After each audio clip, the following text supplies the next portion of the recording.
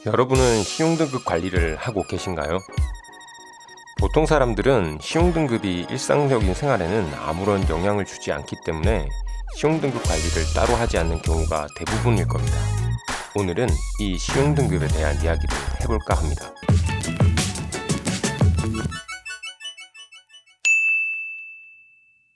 여러분이 부자가 되고 싶으시다면 신용등급 관리는 필수입니다. 물론 돈이 많아 부동산 투자 시에도 대출이 필요 없으신 분들은 따로 신용등급을 관리 안 하셔도 되겠지만, 우리처럼 경제적 자유를 위해 노력해야 하는 사람들은 신용등급 관리를 하셔야 합니다.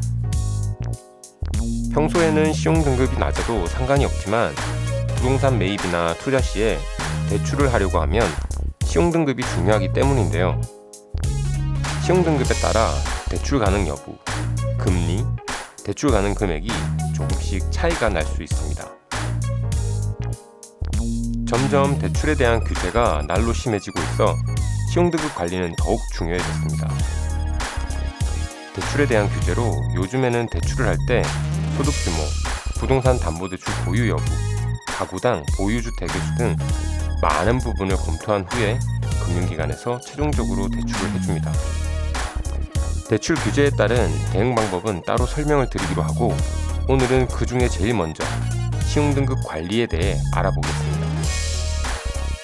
신용등급을 어떻게 관리해야 하는지는 그 방법이 막연하고, 금융기관에 따라 신용등급 책정 방법도 조금씩 다릅니다. 그렇다 보니 신용등급 관리 방법에 대한 모든 이야기를 해드릴 수는 없고, 오늘은 간단하게 신용등급을 떨어뜨리지 않는 방법과 신용등급을 조금이나마 올릴 수 있는 방법에 대해 말씀드려 보겠습니다. 우선 좀 더 중요한 신용등급 떨어뜨리지 않는 법을 먼저 알아보겠습니다. 왜 더 중요하냐고요? 신용등급은 한번 떨어지면 다시 올리는데 시간이 꽤 걸립니다. 신용등급이 내려가는 건 순식간이지만 다시 올리는 건 생각보다 쉽지 않습니다. 무엇보다 시간이 소요된다는 아주 큰 단점이 있습니다.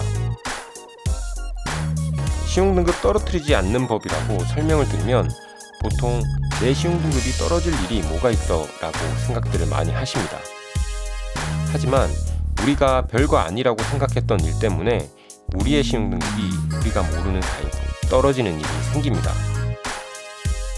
그 첫 번째는 대출이자, 신용카드, 핸드폰 요금 등의 체납입니다. 대출이자는 당연한 것이지만 하루 이틀 정도는 늦어도 괜찮겠지라는 안일한 생각은 위험합니다. 대출이자도 하루 정도의 이자 지연이 1년에 한 번 정도 발생하는 건 괜찮지만, 이게 하루 지연이라도 계속 반복되다 보면 대출을 받지 못하는 수준까지 신용등급이 떨어질 수 있습니다. 신용카드도 마찬가지입니다. 그리고 이러한 정보는 일주일 정도가 지나면 은행연합회 등을 통해 모든 금융회사가 공유하게 됩니다. 모든 금융기관이 여러분의 지연 사실을 알게 된다는 것이죠. 그리고 이 기록은 적어도 1년 이상은 남게 될지도 모릅니다. 핸드폰 요금과 같은 요금이나 공과금 등은 대출이자나 카드 대금보다 조금 낮긴 하지만 이것들도 미루는 것을 쉽게 생각하시면 안 됩니다. 두 번째는 현금 서비스, 카드사, 보험사, 캐피탈사 대출입니다.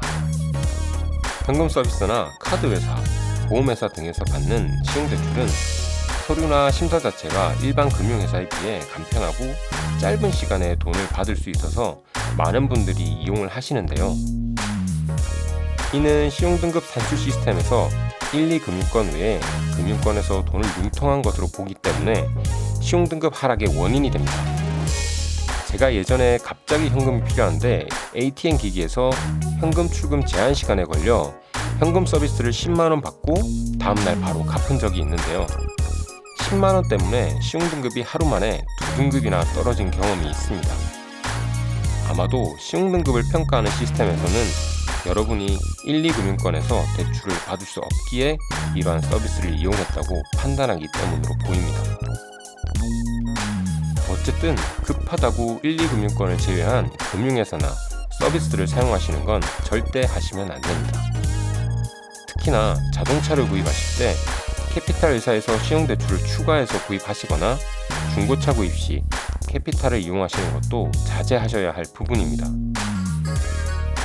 그리고 아파트 구입 시 잔금 대출을 취급하는 금융회사도 주의하셔야 합니다.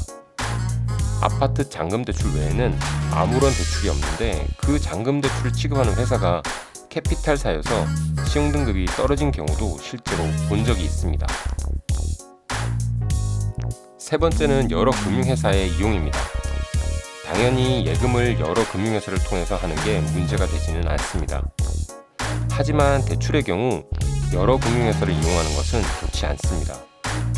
이것은 다중채무라고 해서 여러분의 신용등급을 낮추는 원인이 됩니다.